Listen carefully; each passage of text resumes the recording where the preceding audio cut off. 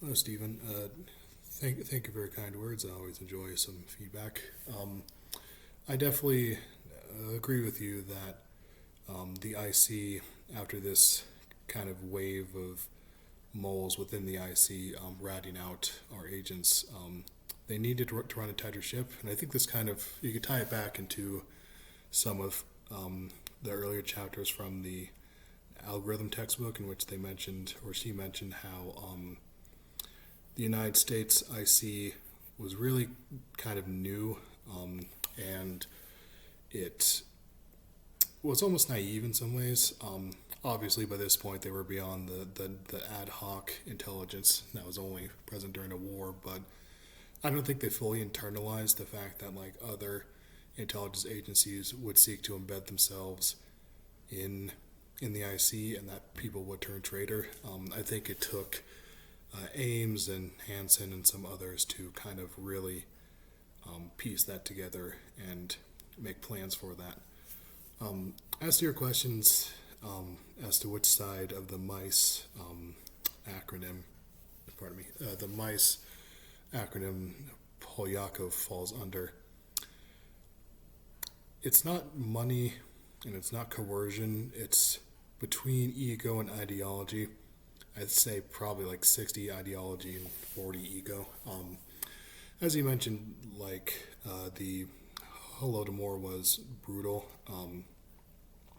and there was a anecdote from one of the sources I used in which I think it was basically the equivalent of middle school, but like a high percentage of his classmates died over the summer, so it was a really unpleasant time to grow up, especially in especially for him because he wasn't. His father was a school teacher, so it's not like he was living at a dacha or as a kind of like pseudo Soviet nobility type. He was starving with the rats like everyone else, so that would definitely color a man's viewpoint. So as far as ideology, and this is something I didn't mention, but I do find it interesting, he always referred to himself as a Russian patriot, not necessarily a Soviet patriot. I think the distinction is important because there was a Russian Soviet Socialist Republic, but it wasn't, obviously Russia was not the entirety of the Soviet Union. It was supposed to be kind of a first among equal situation if it was acknowledged at all. So having that,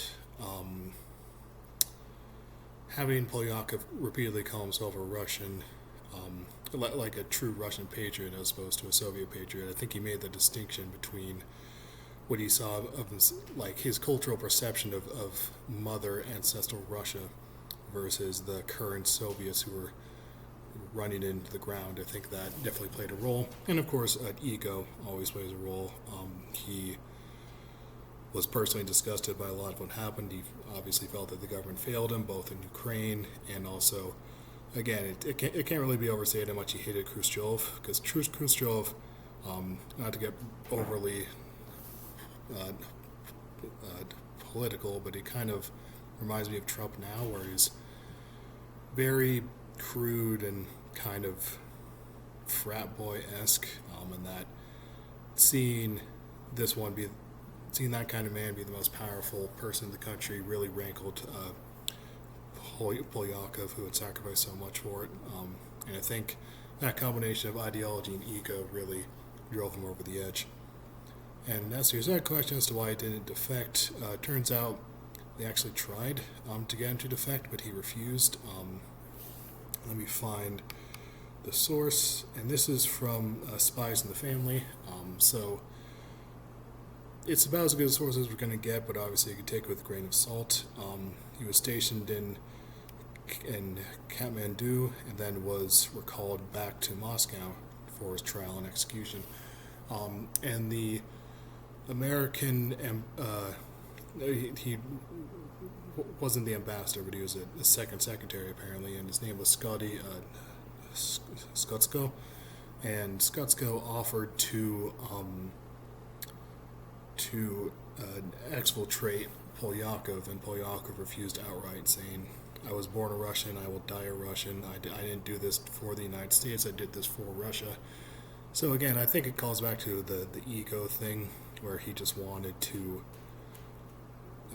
it was kind of a source of pride for him to not crawl away to the U.S., but like take it like a man, as it were, and just go to the Soviets, say that he hated so much, say that he did it for Russia, not for them, and accept whatever punishment they had in store for him, which he had to know would be death. And there's a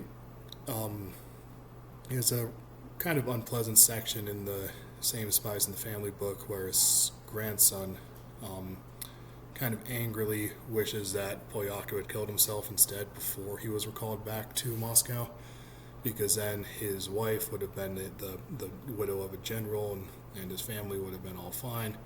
But instead, they were the widow and departed family of a truly heinous traitor. And the KGB actually put some effort into ratcheting up how terrible a traitor he was. So his family, none were executed, but they had a really terrible time of it afterwards. So yeah, it probably would have been better had he killed himself or defected. But I think it was just a pride thing for him. He was born a Russian, did this to be a Russian, and he would die a Russian. Thank you for responding.